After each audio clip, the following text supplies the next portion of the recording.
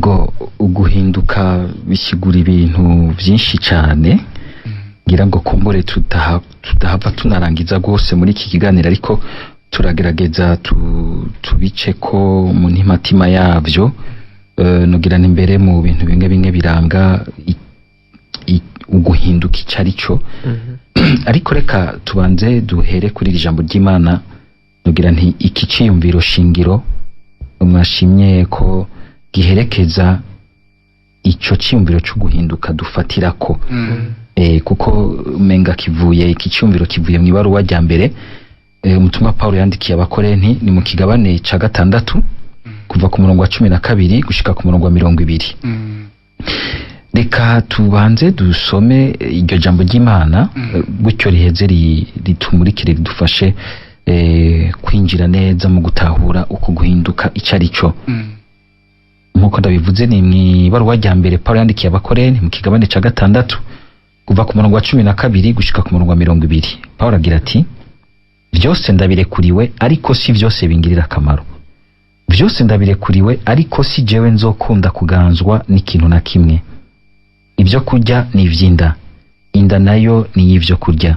Yamara Imana izobisambura vyompi.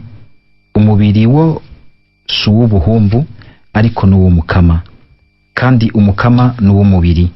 Imana nayo yazuye umukama izotuzura natwe ku bubasha bwayo. Ntimuzi ko imibiri yanyu ari ingingo za Kristo? None notora ingingo za Kristo nkazigira ingingo z'umumaraya? Abanamba, canke ntimuzi ko uwimatanije n'umumaraya abari umubiri umwe nawe? Kuko byavuzwe ngo bompi bazoba umubiri umwe. N'uwimatanije na Kristo aba ari umutima umwe nawe. Ni muhungu ubuhumbu. Ikindi gicumuro cyose umuntu ashobora gukora ntigifata umubiri wiwe, ariko uwishinga ubuhumbu we aba acumuye ku mubiri wiwe. Canke ntimuzi ko umubiri wanyu ari sengero ya Mutima Mweranda ari muri mwebwe kandi mwahawe n'Imana? Ntimuzi kandi yuko mutiganza nkako hariho uwatanze ibyo kubagura? Nimuninahaze Imana rero mu mibiri yanyu. Muri aya majambo turumvamwo iri jambo ryo guhinduka icari cyo. Mugabo mpereye kuri ico kibazo wambajije, iri jambo kumbura ku bumenga riratandukanya ivyo umukristo arekuriwe bimugirira akamaro n'ivyo atarekuriwe bitamugirira akamaro. Arabirekuriwe mugabo ntibimugirira akamaro. Paulo avuze ati byose ndabirekuriwe, no kuvuga iki? Aha tugerageze kugira ngo dutahure dusubize iri jambo mu gihe caryo. Paulo yari kuyandikira abakorenti. Abakorenti nkuko muri ico gihe cabo hari higanje cane ibi vyumviro vya filozofi vy'abagereki. Nivyo byari vyiganje, nivyo byanyuragiranwa mu bantu, nivyo byari mu vyumviro by'abantu kenshi, mbere ugasanga babigira. Hariho n'abashobora kuba batunzwe no kugurisha ivyo vyumviro, abo bitaba metre, bakagira n'abadisciple babo. Aba rero benshi nabavuye muri ivyo vyumviro bifise ukungene bibona umwidegemvyo, ico twita liberté. Uko babona la liberté, umwidegemvyo. Mumva bati umwidegemvyo no gukora ico umuntu yiyumvisemwo cose uko wenye navyiyumvamo. Uko bimujemwo. Ugasanga bamwe bashobora guca bifata uko, mugabo buke buke ivyumviro vya filozofi mbere bigenda birakura bifashijwe mbere n'ingabirano y'ubukristo. Hakaza rero iyindi ntambuko yo gutahura yuko umwidegemvyo w'ukuri uri mu muntu, kuko ico mu muntu nico muronderera ineza. Ineza imutuma yumva yuko yagikuwe mu kuri, yagukiwe mu kwishira no kwizana. Hari benshi rero baca biyumvira yuko umenga umwidegemvyo nuguca nkora ivyo nshatse vyose uko binciyemwo uko ariko kose. Novuga nti ugasanga umuntu yahavuye ahitanisha ibyiza n'ibibi byose bimuciyemwo, kagira ati ko bipfuye kuva ku gushaka kwanje nta ngorane. Kwe mbona numva uyu munsi mu bajoni bamwe bamuzaho mu bepati gutwiyumvikaniye, ubona ko Paulo nga yavuze ibintu by'umubiri tukabisangira, sinamufashe ku nguvu, nawe ntiyamfashe ku nguvu, twavyumvikanye umwe wese umwidegemvyo wiwe ikibikiriye. Ikibikirimwo suko mwabihurije ko mwidegemvyo wanyu nkuko menga nta kibicabaye. Ikibikiriho kuko bwa mbere hariho umuntu cashikiriye ahagararira icari cy'ukuri, agahagararira ineza y'umuntu, kuko umuntu twame tuvyibuka Paulo ariko arigisha gutya no kugira ngo twibuke ubwa mbere yuko umuntu yaremwe ku ishusho y'Imana. No kuvuga verite referentielle yiwe ni ishusho y'Imana muri we. Hajya iyo Imana iduha ijambo ikagira iti wiyamiki ukora iki, no kugira ibifatiye kuri ya shusho yayo iri muri twebwe. Aro no guhinduka rero tubanza gushingira ngaho, kuko umuntu ahinduka kugira ngo arondere kuzigama ishusho y'Imana muri we, canke arondere usubira kuyisubiza ubwiza bwayo, igihe ushobora gusanga yaratewe n'ibintu bitwara ubwiza. Bivuga yuko rero aha Paulo ariko aravuga yuko vyose umuntu abirekwe no kuvuga byose urashobora kubikora nivyo, ariko ugiye kuraba impera n'imperuka vyose ntibica bikuzanira ukuroranirwa, ntibikuzanira ubuhigwe, urateba ugasanga hariho ahantu urupfu rwakwinjiranye. Turaza kubishika ko ngira ngo aharuko ari kugira ngo twumve neza yuko ubwa mbere ha Paulo avuze ati niko koko umuntu arafise umwidegemvyo wo gukora ivyo ashatse byose, ibi ni vyiza, mugabo harimwo ibibi bimuzanira urupfu, hakabaho n'ivyiza bimuzanira ubuzima. Ivyo vyiza bituzanira ubuzima nivyo dukura mu Mana. Aha rero umuntu aca yumva yuko igihe rero iryo jambo ryo guhinduka rijemwo, no kugira ngo umuntu aca yumva yuko duhinduka kugira ngo ubwa mbere tuvavanure n'ibibi bituzanira urupfu, tukinjira mu nzira y'ubuzima bw'ineza buheza bugasesekaza koko ukwishira no kwizana. Umwidegemvyo rero nyawo no uhita mwiciza ukakigumya, ugashira ku ruhande ikibi. Uyo rero aba ari libre, no kuvuga afise umwidegemvyo umugirira neza. So umwidegemvyo upfa guhitanisha byose ugasanga hari nk'imugirira nabi. Sinzi ko twabanza tukanoganza rero jambo ryo guhinduka, kugira ngo ibindi turaza kubishika ko ndabona tusafise ibibazo byinshi. Ari hangana ihangane gatonya yigumye ni yanka naho tumubohe n'imigozi, tumubohere kunaho ya muramba barira naje yego. Ubwa mbere twinjire rero muri iryo jambo ryo guhinduka. Ni byiza yuko ku bantu iyo tugomba kumva neza ikintu tugitarira neza tukakirondera iyo kizanana, tukumva ikinyegeje inyuma y'iryo jambo. Umuntu avuze ati guhinduka, hariho ibintu byinshi binyegejemo. Ubwa mbere ugiye kuraba iryo jambo aho rizanana mu rurimi rwa mbere rwanditswemo amajambo y'Imana, kuko ni jambo tubona amajambo y'Imana cyane. Iryo jambo rizanana aho rizanana mu Giheburayo teshuvha, risigura ahakuru kunaguka, gusubiramwo gushasha. Ico cyumviro mu kigumye. Ugiye mu Kigereki naho, mu Kigereki rivuye muri jambo bavuga ngo metanoia, risigura guhinduka, uhinduye umutima be n'inyifato. Aho mu Gifaransa iki tuvuga conversion, risanzwe rizanana mu Kilatini rindi rivuga convertere. Harimwo icyumviro gishimitse cyo guhindukiza intumbero narimwo, kumena nifo ko fatiye direction iyi ntumbero, ahindukira nkafata iyindi iri diametralement opposé. Intumbero narimwo nkajabuka mva mu buhakanya ariko ngenderamwo, nkahindukiza intumbero nkagendera mu yindi ntumbero y'ukwemera. Ariko aha rero niho tuca twumva mu Kilatini muri aho iri jambo conversion rizananye uguhinduka uko tubivuga mu Kirundi, harimo rero ca cimviro c'umwidegemvyo. Mu mwidegemvyo ushitse jewe nkumva nti oya, nahora ndiko ndafata inzira si yubu ndabonye ko atariyo, ndahindukiye ndafasha indi ntumbero, ndafasha indi direction. Tugerageje ro kwereganya ivyo vyumviro bikumvikana yuko guhinduka harimo isiguro ikomeye yo kuva mu ntumbero narimwo nkafata iyindi shasha iheze ikanagura igasubiramwo gushasha umutima, no kuvuga ivyiyumviro no gushaka B n'ingiro yanje, inyifato yanje y'ubuzima. Ariko kandi nkuko tubibona mbere, nkuko binatahurika neza, nuko ubukiriro umukama yaturonkeye rimwe rizima ku mukubabara kwiwe no mu gupfa ku musaraba kongera akazuka, tubwakira we yabigize rimwe rizima, yabigize rimwe, ntazobisubiramo incuro zingahe, nitwe tuvyinjiramo incuro nyinshi.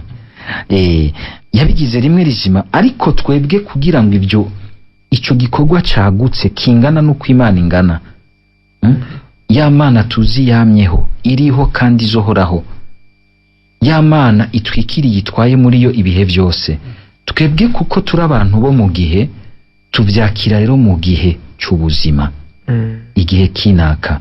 Uyu munsi jewe Patiri ndiko ndavugira muri studio, ndategerezwa kwakira uguhinduka k'uyu munsi. Ejo hari ibindi bizoza, nzoba ndavyakiramo uko guhinduka. Bivuga yuko rero uguhinduka nogira ni uburyo bwo kureka ubwo rukiza Yezu yaranguye rugume rufata ibihe byose by'ubuzima bwanje, rugume gwiyetanda ku bihe byose by'ubuzima bwanje. Ico kintu sinzi ko mucumva. Naho rero uca usanga umukristo ahindutse akakira koko Yezu mu buzima bwiwe, acamera nk'uwinjiye mu ntambara, urugamba, kuko usanga hari ubundi bubasha bubi bwa Sekibi n'isi bimugirira inzigo, kuko mu kwegurira Yezu ubuzima bwiwe akavyiyaka ivyo vya kera, akiyaka ububasha bw'inabi na Sekibi, biheze bikagaruka bikamugwanya. Atari ukugomba gusa kumuburabuza, kumugwanya gusa, ariko ni shitani ibishaka mu buryo bwinshi kurondera kumusubirako, mu buryo bwo kugomba kumwihora, no gusibanganya rwose ubwo buzima buba bwarabonetse muri buno buzima. Shitani kubera yako yavuye mu bwiza bw'Imana igakorokera mu bubi bwayo, iragirira inzigo icitwa iciza cyose, icitwa ubwiza bwose bubonekanamwo ubwiza bw'Imana. Nukuri sinzi ko murabibona, nta kintu kiryoshe gihimbaye gutangarirwa nko kubona umuntu yahindutse, ukabona ko yazutse ava mu mukorane w'inabi n'ububisha bwayo, akabikiremwa gishasha cuzuye ubwiza n'akanyamuneza bya mutima mweranda. Jewe naragize amahirwe ndaza ndahura n'abantu nk'abo, abantu twebwe twakuze mu bihe by'amagume, ngira ngo mwebwe mutamenye, iyo mu 1993, 1994, na 5 na 6 na 5 na 6 byari bisa nabi cyane. Gahora abantu nk'abajeune twakunze kubona bamwe, ukabona ukungene bagiye mu bintu bibi byinshi, bamwe bagakora amaraso, akanwa urumogi, ukabona amaso agira turumbuke, hamwe yo kwihenda akanakorora cyane cyangwa akasomora umenga igisho ryovayo, kubera ububisha bw'inabi yamubayemwo, akarenza ko ibiyayora mutwe kugira ngo ntazaribuke ibintu byamushikiye. Ariko ukazubona arabaye igitangaro cyuko uwo muntu ahura na Yezu, ukazubona arabaye mushasha, ugasanga arasubiye kugira agafresher, ukabona arisiga utuvuta tukamufata, ukabona arambara agahuzu kasa neza kakamubera, ariko akiri muri ibyo wapi, ukabona uti wapi, ukabona ko ari ahantu habi mu rupfu. Ibyo rero Shetani ishobora kubihimbarirwa, n'ikibi kiguma kirondera kudusubirako. Hari ahantu Yezu bitubwira, akagira ati iyo Shetani ivuye mu muntu, ni muri Matayo umenga igabane ca 12 ku murongo 43 gushika ku murongo 45, ngo yivuye mu muntu ngo iragenda ikayerera, ikagomba kugaruka aho yavuye. Bivuga yuko ari umukristo iyo atemeye kwa magavye ngo agume muri kwa guhinduka kwa misi yose, Shetani irasubira ikamusubirako, kandi akononekara cyane gusumbya. Ngira ngo sinzi ko murabona kandi ko umuntu w'umukristo hamwe tuvuga ngo yaguye, ingene akora ibibi yisubiriza, ukumva bishe kubona usumba ko wona umupagana atigeze ahinduka. Sinzi ko murabibona. Ukabiti nofuma mbona umupagana atigeze ahinduka, wewe warigeze kumenya Imana uri kurakora ibintu nk'ivyo. Kandi burya ni nkako bibabaza Yezu. Yezu burya arashobora kutababazwa cyane n'ibicumuro abapagani bataramumenya bakora, gusumbya kubabazwa rwose n'ivyo abamwemeye dukora. Dushobora gukora bimwe mugabo kubamwemera aravyumva cyane gusumbya, kandi ibyo birumvikana. Wowe tusende umugenzi wawe, Saratiyeri akaba ari umugenzi ari hariya kure nk'uko ari hariya inyuma y'ikiyo, tukagukorera ibintu bimwe, wenda kwegereye cyane bizokubabaza gusumbya uriya ari kure yawe. Bizokubabaza gusumbya uriya ari kure yawe. Aha rero niho twumva yuko uguhinduka rero birimwo ubu guhinduka kubiri.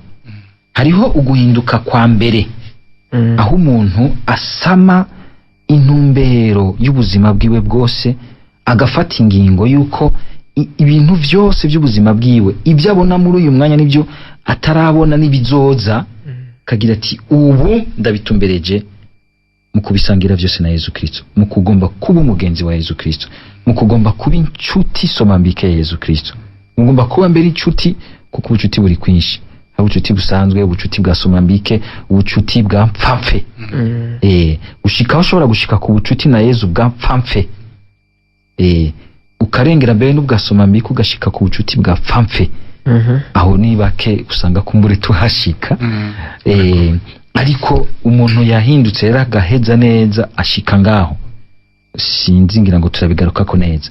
Bivuga yuko rero hariyo iyo ntumbero ya mbere, cyo mu Gifaransa no kwita option fondamentale. Ugafata ingingo imwe ukagira uti ukatura, ukagira uti ndahevye ivya kera, ubu unye ndinjiye muri bishasha, ndaciye umugozi w'ivya kera, nemeye kwifatanya na Yesu Kristo. Iyo ni ingingo ya mbere.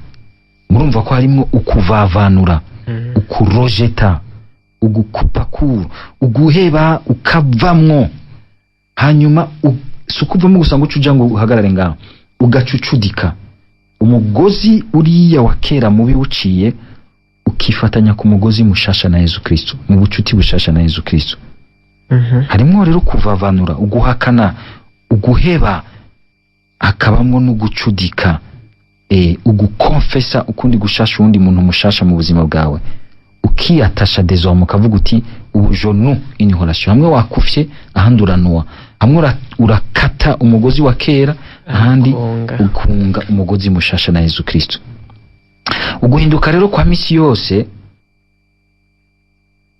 nogira nti ubwo kwari kwa guhinduka hamwe umuntu afata ingingo iyora ubuzima bwose ubuhitiye uburimwo n'ubuzoza. Mugabo rero bigaca biza muri kwa guhinduka kwa misi yose, cyo twita la conversion quotidienne. Ya ngingo wafata ukanayihimbaza mu bintu vyiza vyinshi, igaciza ikamanuka mu zindi ngingo zizoherekeza ubuzima bwawe bwa misi yose ikiringo cyose usigaje kuba hano ku isi. Iyo rero nurundi ruhande rwa kabiri rwo guhinduka muri ya ntambara y'umutima y'ubuzima bwa misi yose. Aha rero niho hagoye, icara neza mumvirize, aha haragoye, niho hagoye rero, niho hakomeye. Womenga shetani hari igihe turaba turiko turafata ingingo, turiko turagira amaveu. Ndibuka aba jeune benshi muri imyaka yeze bagize amaveu de chasteté, mugabo ikagira iti, ikadutwenga, ikagira iti hari ahantu ndabarindiriye, nabangoya kure mu maisha, ndabarindiriye hariya mu buzima. Niho ndabarindiriye mu buzima bwa misi yose, bumwe twita ngo bwiruka.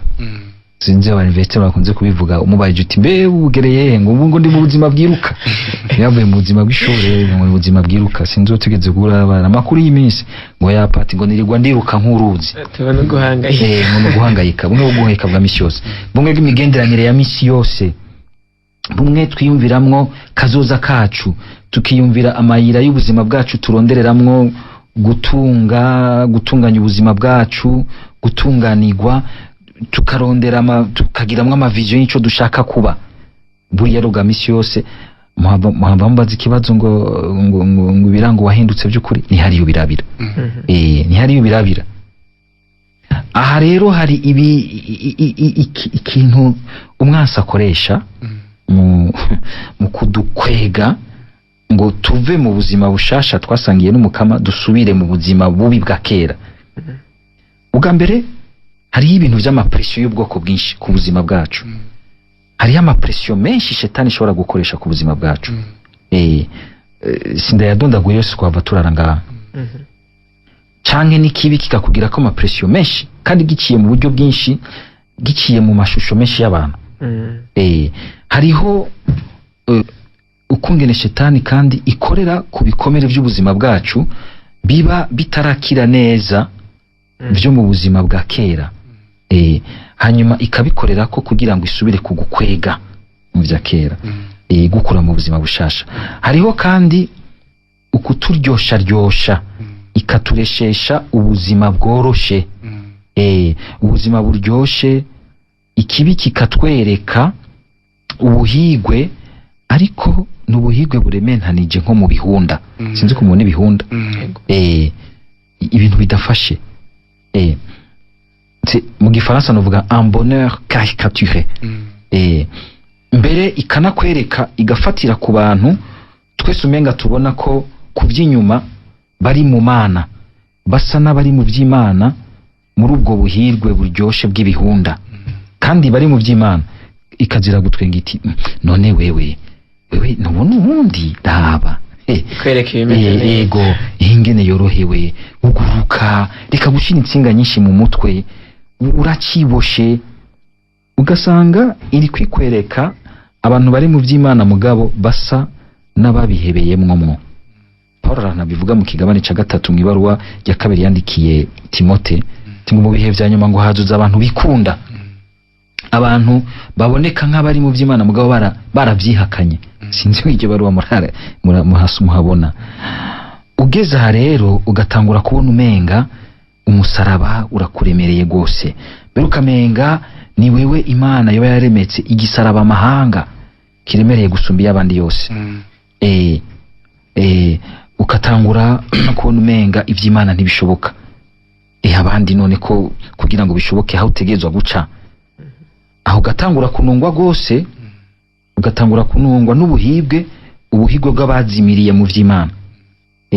Kandi bamwe igatangura kuza irabakurungikira, iza irashiramwo akunyu, akantu ko kugutwenga no kugukekeza iteraba. Tweho nitwemera twere mbere twigishijwe hakiri kare, twabimenye hakiri kare gusumba wewe.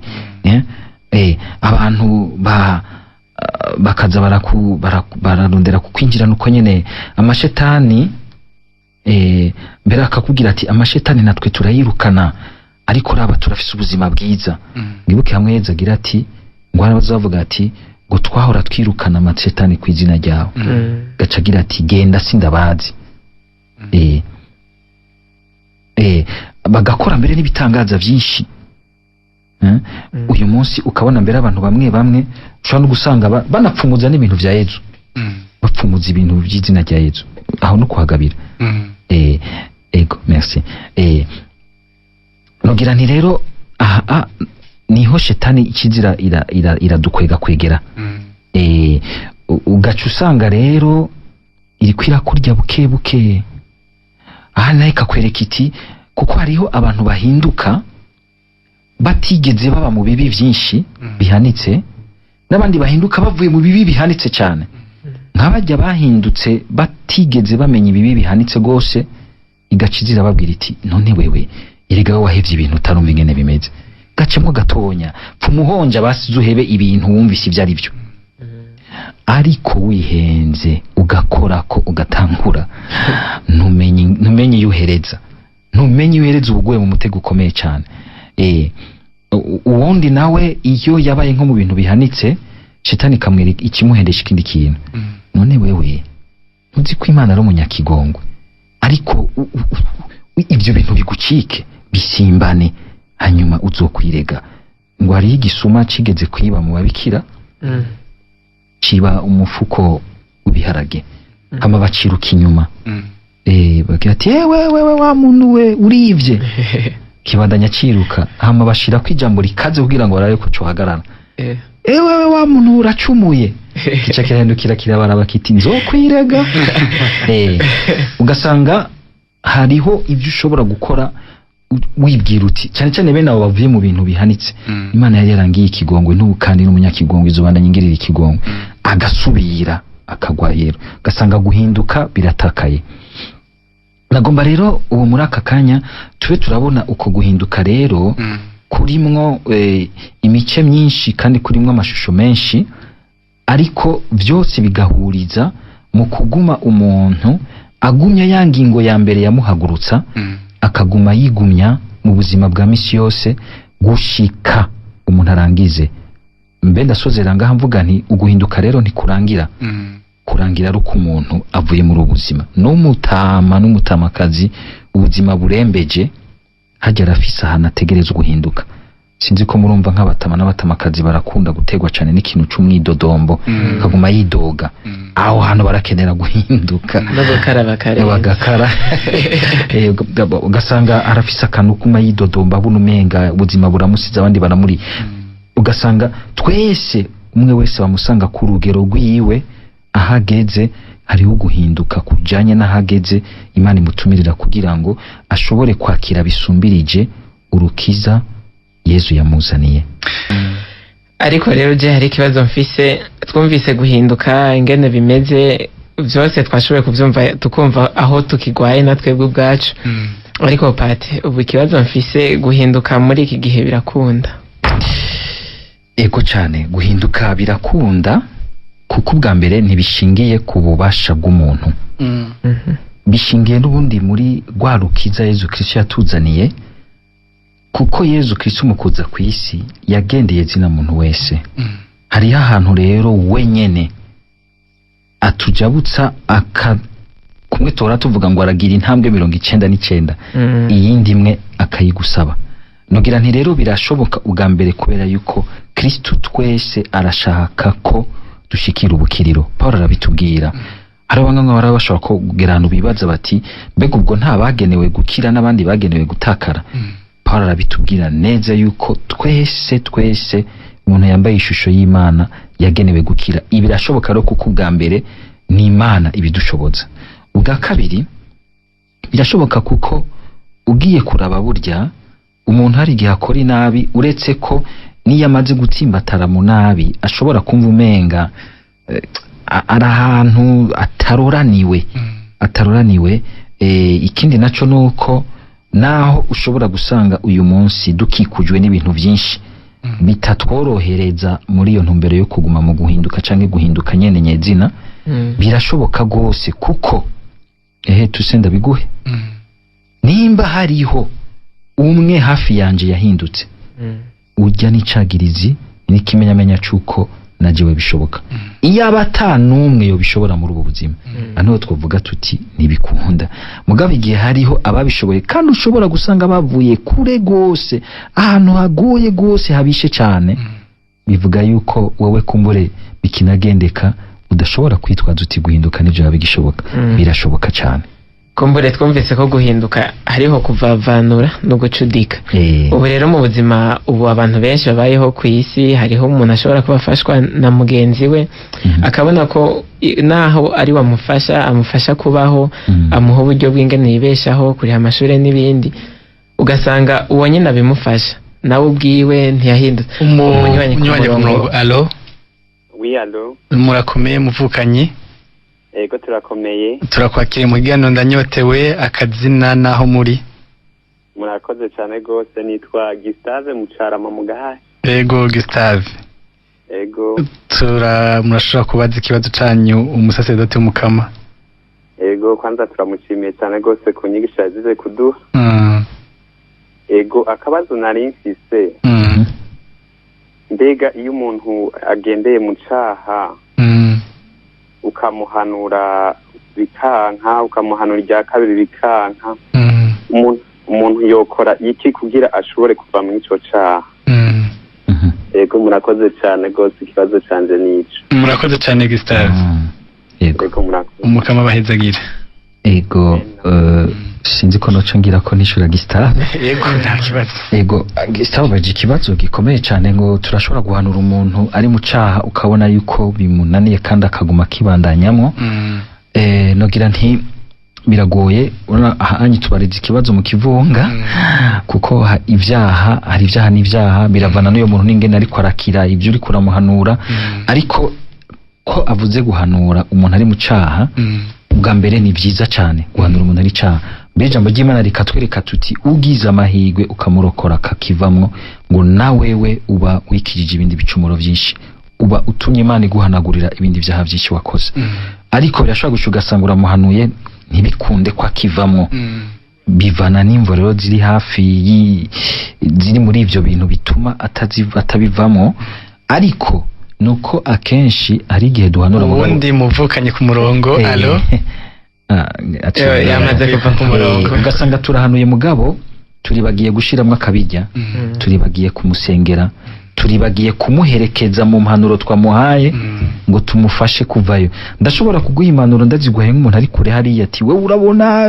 raraba ingene upanga ubuzima bwawe raba ingene usigaye wigenza ngaca nigira ariko sinigeze kikariya mu buzima bwawe ngo nagufashe kuvayo umuvukanye ku murongo alo murakomeye bavukanye jewe ndi wo muri paruwasi ya Nyanzarake akazina nitwa Yohani yego Yohani yewe icyo nagira cyane nagira nsikirije nukumva ibyo umusaseradoti wacu yari karavuga mu byerekeye ibintu byo guhinduka yewe cyane ndabona nk'abantu kare bahora bakunda kunywa inzoga bakanywa nk'ikanyanga twebwe ino barakunda kunywa ikanyanga cyane bamwe barazihebye cyane tubigenda mu kundi kuntu yewe ndabona cyane koko abantu turategerezwa guhinduka biciye mu myifato cyane inyigisho ya misi yose bama twasikirwe cyane n'abasaseradoti ukabona rero ko dutegerezwa guhinduka biciye hanini mu nyigisho baraciye umugani bati atugutofora imfuku bamiza yakatsi yego mu rusengero tuza gusaba niradima dutegerezwa guhinduka murakoze cyane ku nteranyanyi Yohani yego reka noge kuri ibyo bibazo bibiri hari ica Gista Victor bwaye n'ica Tusendayo akagira ati rero hariho guhanura umuntu no kumufasha kugendera izo mpanuro kumugira accompagnement kutamutererana impanuro nkuko umenga naguhanuye rero ugenda wikoce ugenda uzikoresha ahubwo ukinjira hari ahantu hamugoye ubishoboye ukamufasha nibyo guhanura ni kimwe ariko guherekeza za mpanuro mu buzima bw'umuntu ukamufasha ingene azinjiramo ibyo kenshi nibyo bikunze kutugora ariko kandi gupfukama ukamusabira kuko hajya hari ubundi bubasha bumukikuje umuzingurije adashobora kwikiza kandi we nyene adashobora gusabira ngo Imana imukize ko ntaba arashobora gushika mu rugero w'usenga ugategerezwa gupfukama ugapfukama ugasaba deliverance yiwe aho naho bisaba yuko namwisonzeshereza ugakora ibikorwa byiza by'ikigwe kugira ngo Imana imubohore nje kuri iki kibazo cyatusanyagize ati hari igihe usanga umuntu ari kumwe n'umuntu amufasha hanyuma kagira ati ndagufasha iby'ubuzima nawe uca umfasha ibindi ugasanga bari kubafashizaniza kandi ibyo birakunze gushika no kuraba neza mbe none uko ibyo twobyita gufashanya hari ushobora gusanga yagombye kugufasha mu gutangura kugufasha yari afise ico cipfuzo ntiyaje kugufasha kubw'urukundo rw'umuvukanyi no kubw'inazwa ry'Imana yakurondeye ko agira ati reka buke nanje nzoteba ndamushika namfasha nanje ibyo nzomusaba gasanga ari kwa gusaba ibintu bijana kure y'Imana niho uko kandi uyu ababishobora gushika gasanga uri kurafasha umuntu bizimiriye mu nzira shetani kabatera mu nzira ego umunywanyi ku murongo alo muri bande mutwakuye muri he ndi nkuru nziza bose ko ndabakwende mu buyenze kujya kabiri ntererano cyangwa ikibazo ntererano umva je nagomba kuvuga musanzwe ico kintu abasaseredoti ariko atubwira kiraduhimbara kandi ikintu ushaka ko gishoboka ku Mana ikintu Imana wamukisaba irakiguha ariko urumva gusa wumva gushakana umuntu bimuvako kandi wumva ukagumusaba kandi ikintu wagisabye imyaka kabisa Imana irakiguha kubera na je ndatirabira ko kabisa no kuri ikintu gisabye Imana iraguha nico nagomba kuvuga sa murakoze. ego murakoze cyane namwe ku ntererano yanyu. arakoze Bosco kuko arashizemo ikindi kintu kica cunganira kuri ca kibazo ca Gustave. Urashaka guca yibaza ati none uyu muntu ndiko ndahanura ndiko ndafasha atavayo nzoshikana ryari. Oya bandanya gushika aho bizokundira kuko arashobora mbere no guhindukira ku munota wewe wa nyuma. Kijya gisuma cahindukiriye ku musaraba ubwo n'abantu baba bagiye baragihanura bati kalo gasanga zijya manuro nizo zigigendeye muri wa mwanya wa nankana gacagira kiti yo ningene bari barampanuye ndigaye. Impanuro nitwe tubona umenga zica zikora ubwo nyene. Impanuro ashobora kuyibika mu muntu ikazokora n'imyaka ingahe iheze mugabo hari irindi jambo wabitse mu mutima wawe no mu buzima bwiwe bivuge nahari shibuye hari akantu kamusigayemo hanyuma mugabo urivuge neza urivugana urukundo. Kumbure aho bigeze ubu rero ubutumwa ni bwinshi cyane tugerageze dusome ni bwinshi cyane bishoboka cyane n'ukuri kugira ugerageze nawe kubamara inyota twese turi ku mwanya umwe. Nibaza yuko ku ruhande rumwe tubanze tubangire kubuzana na ku matelefone turabe nk'ubu uri ngaha hakonitse kandi kanya tuzakubwira abari ku matelefone abace bagaruka. Ego hari wanditse agira ati ndakunda ikiganiro ndanyotewe ndi Edouard mu Bukeye nagira mbaze Patiri mbega vyokoroha ko umuntu ahinduka biciye ku butumwa kw'iradiyo murakoze ndashaka guhinduka. Ego birashoboka gose. Umuvukanyi ateye intege ati tumuramukirize Patiri nihaza ko atakibazo kirimo kubera ari byinshi kandi bandanye. Hari undi agize ati shalom ndashimiye ikiganiro umusaserdoti umukama ampezagirire umusaserdoti umukama akabazo kanje gusenga no guhinduka nicaye gitangura byogenda gute? Nibaza yuko birafatanye birajana. Hari igihe usanga umuntu atanguye gusenga kandi gusenga kwa makuvyaro guhinduka nyako ariko kandi guhinduka kuratuma umuntu aca asenga mukuri. Umuntu asenga atagomba guhinduka aca bamubwirobetse aca bumufarizayo. Ego Ange Mukinanira yanditse agira ati nagira mbaze Patiri ukuntu umuntu yo kwirinda igicumuro cy'ubusambanyi yaramaze kukigwamo murakoze. Tugifatanya niki agize ati ndagize mwiriwe nanje ndababaza mukoze nk'ikintu mwumvikanye n'umugenzi wawe dufate nk'uryamana harimo igicumuro kandi muba muvyumva kumwe. Yego murakoze. Ego harimo ikibi kandi nukuri kose jewe muze mu ntomere mu yindi nyigisho ndakibasigurire neza. Kuko harimo ikintu gikomeye harimo ijambo rikomeye ngaho kirimwo nyene kuko nkuko nabibabwiye sinzi ngira ngo sinashoboye gubica ko byose hajya kubera yuko mwumvise Paul agira ati muri ribaruwa nyene muri jarja mujimana twasomye ngo nkako hariho watanze ivyo kubagura. Ni kuvuga ni Yesu Kristo yatanze amaraso yiwe akatugura agaciro k'amaraso yiwe. Ni kuvuga yuko ubu turabiwe igihe rero mujyamanye ngo nuko mwavyiyumvikaniye atanumwe yahasa uwundi. Ikibi ubwa mbere si kibi kiri hagati yanyu mukozi ni kibi gishikiriye wa wundi yabagura. Ni kuvuga mupfishije ubusa amaraso yiwe upfishije ubusa ingingo y'Imana kuko muri wewe harimo ingingo y'Imana. Burya rero nuko abantu two bitahura igicumuro cyose imbere yuko citwa icaha dukoreraniye twebwe ndagukubise ndakubabaje ora bajyamanye ntanumwe yababaje undi agumenga baryoherewe hamwe. Bakibagira yuko igicumuro umuntu wa mbere gishikira gikora ko wa mbere sitwe natwebwe tugikora ni Imana. No kuvuga yuko igihe ducumura hari ahantu Imana ariyo ya mbere banza gukorwa ko hanyuma Imana ikozwe ko ikababara bigira ingaruka rero mbi kuri twebwe tuza kumva ingaruka z'igicumuro ariko igicumuro nyezina gikora ku Mana kibabaza Imana. We wagikoze ntabyo ushoka wumva uza kubona ingaruka ariko wa mbere cakoze ko catutse cababaje ni Imana kuko Imana turabayo nta na kimwe twigabira nk'uko umenga ni gwacu twokoresha hanze y'Imana. Oya ego hari wanditse agira ati shalom shalom ndi Mugisha muri Paroisse Gihanga jewe nari nahindutse ndaheba ivyaha bimwe bimwe rero ubu nasubiye kuza ndavyiyumvira vyo biva ku. Ego avuze ikintu gikomeye ntashoboye gushika ko neza ngaha kuko hari igihe tuko turavuga guhinduka cyo twibaza tuti umuntu yahindutse umuntu ameze nk'umumarayika bigikunda ko agisubira kugwa. Niko tutavuze igihande c'amagara make y'uwahindutse twe yatahura gute. kuko ni benshi byo twese mbere turahinduka mugabo ugasanga hari aho tukigwa naco gituma Yesu yasize isakramento. Yesu mu gusiga isakramento ntiyari kirose, ntiyari umurosi nk'uko umenga araza ati unje gushinga hano ku isi ubwami bw'abamarayika n'abera ndabahejeje. Yarazi neza yuko mu kumukurikira kwacu bishobora gushika tukagwa, kandi ko atari watuvyuye tushobora kuvayo.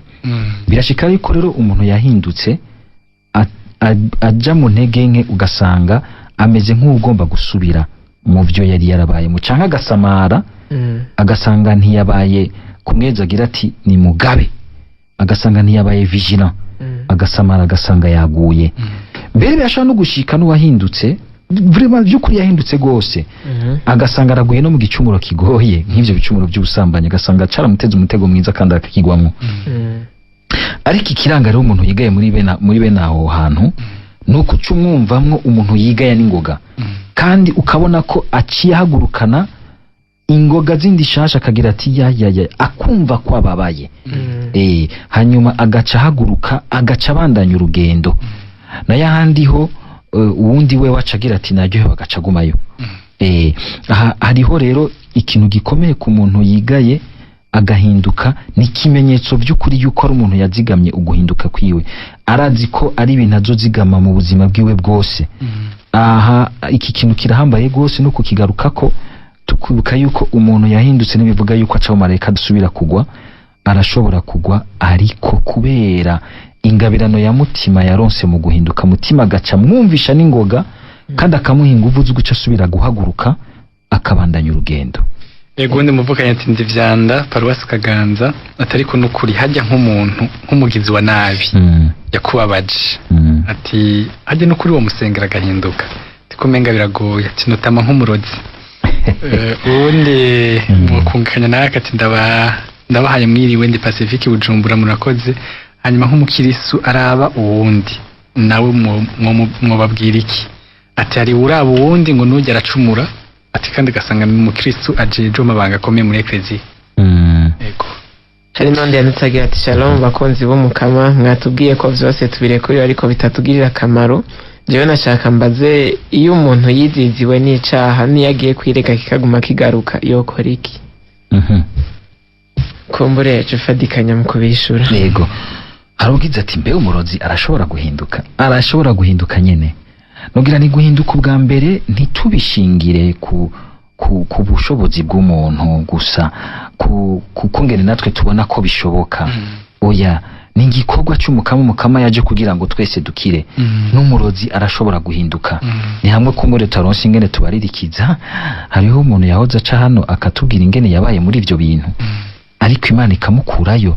Hari amatemoyanyaje menshi twakira hano ku radio y'abantu bavuye muri ivyo bintu kandi bagahinduka, ugasanga ahubwo ubu rero umukama ariko bakoresha ibindi bishasha, agafata zanga abantu bari baratwaye ahatariho mu by'uburozi zikagaruka zigakorera inahazwa giwe.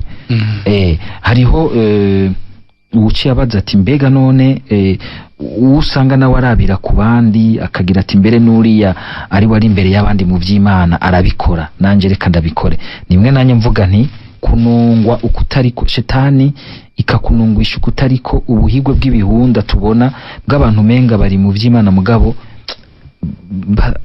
batakibirimwo, batagifise umutima wabyo. Kuko hariho kuba mu by'Imana no kugira umutima wabyo muri wewe. Ibyo bintu biratandukanye. Ugiye rero kuzurarabira ngaho kugira ngo uheze wikonsole mu gukora ikibi, uburi kuratakara. Ahubwo rabira ku bandi babigira neza babishobora, abari bo baguha intege nziza zo gushobora kubandanya. Ahandi naho hari ubajije ati kuguma ukora icaha ukacirega kidahera, nkibaza kuyo kugira ngo ivyo abikire neza bisaba yuko yorondera umuntu amufasha azi guherekeza abantu mu kuva mu caha, nk'abasaserdoti bari hafi yacu, akamwitura akamufasha kubona imvo zigituma aguma agwa mu caha n'ingene yokivamo. Ariko ico no mubwira nta kwihebura, kuko igihambaye suko twirega incuro zingahe tukaba duhejeje, nuko tuguma mu ntumbero yo kuva mu caha. Uno munsi gisubiye kugutegukagwa, subira mu ntumbero yo kukivamo.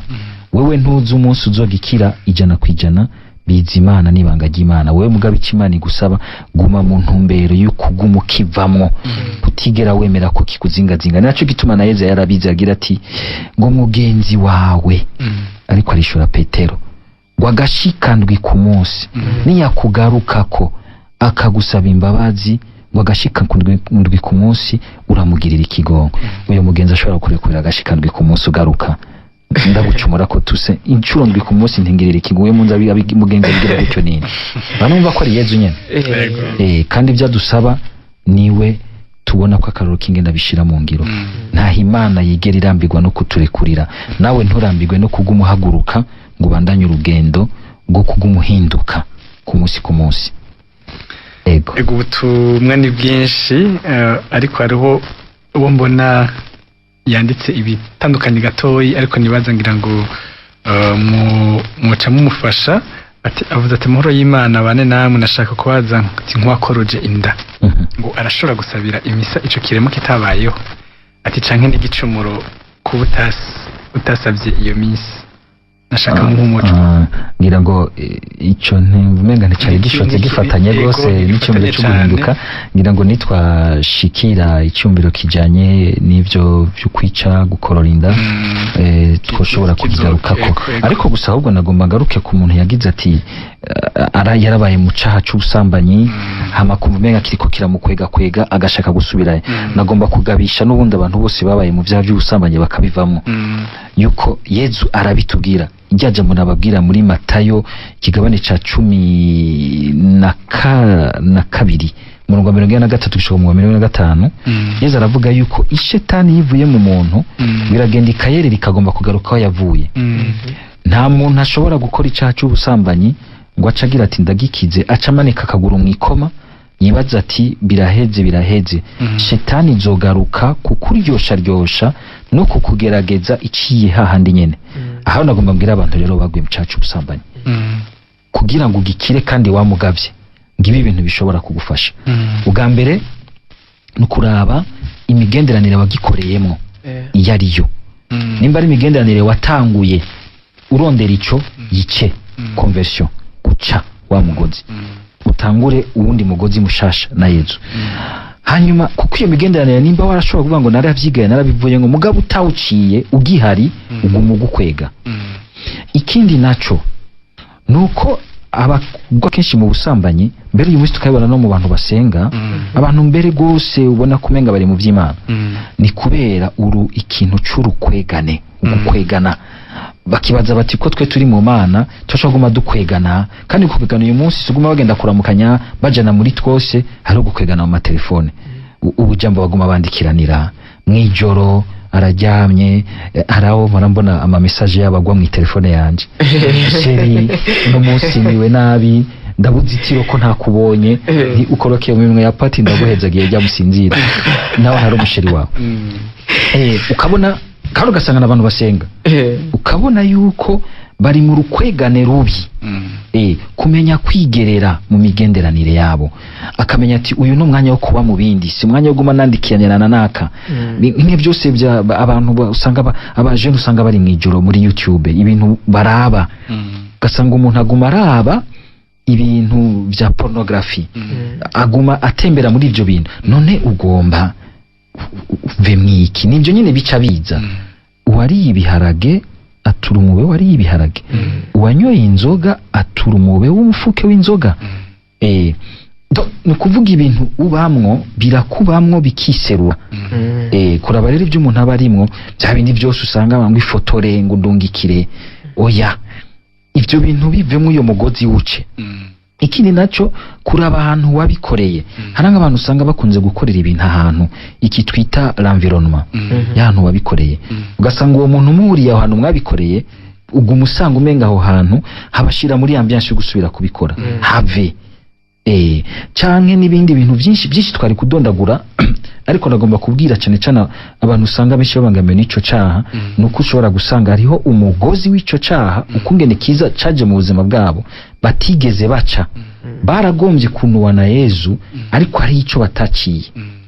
Ico rero barabe neza kumbure umwanya uri kuraturega mbona umenga n'umwanya mwari mwatwongeye nawe nyine usa n'aho uratujana ariko kumbure imbere y'uko gaca tugira ko tunasozera mwoshobora kutubwira intambamyi muri nyamukuru zikomakomeye zishobora kubuza umuntu guhinduka muce mubwira ko mutubwiye n'akamaro ko guhinduka. Ego nogira nti intambamyi nyamukuru zikunze gushika ni intambamyi z'ubuzima bwa kera bushobora kuba bwarasize ibikomere hanyuma umuntu ugasanga mu guhinduka kwiwe ntiyigeze akira neza ivyo bikomere.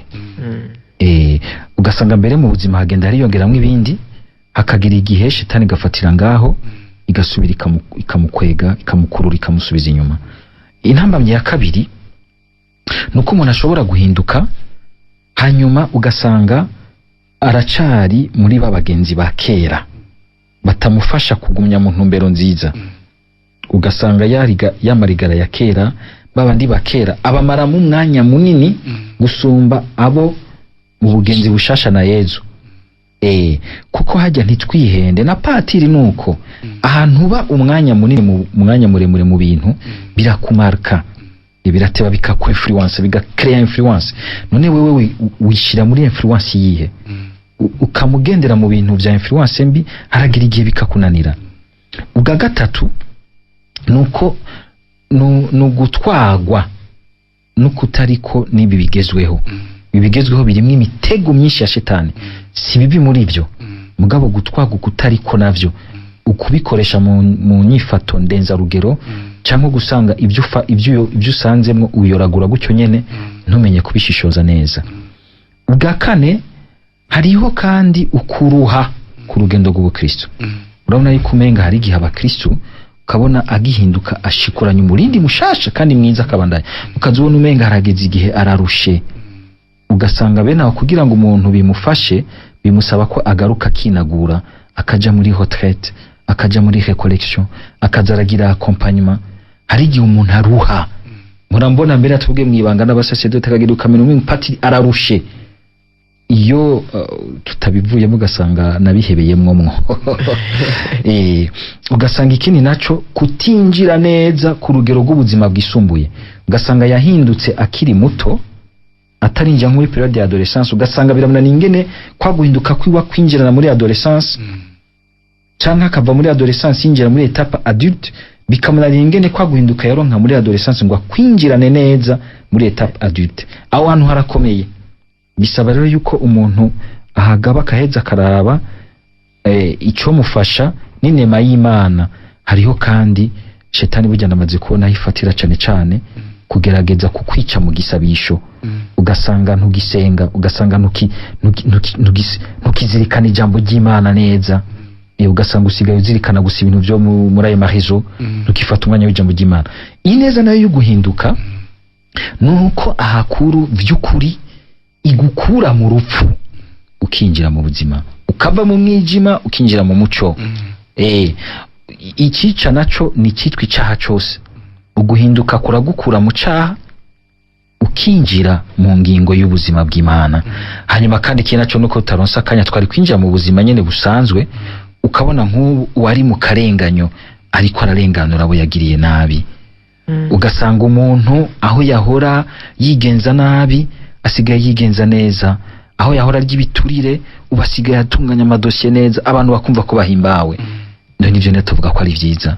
Ugasanga umuntu aho yarasigaye ari katamanikigwa sinzi ko iyo mvugo muyumva munyuma ugasanga niwe muntu asigaye yegeranije ubutore bwinshi imbere anafasha abandi ushobora kubivamwo. Guhinduka bizana ivyiza byinshi bituma ubuzima buguma buhumeka akayaga keza kamutima mweranda muri we akamana kanyamuneza ko gukunda Imana n'ubunonotsi bwo kuyikorera mu bandi.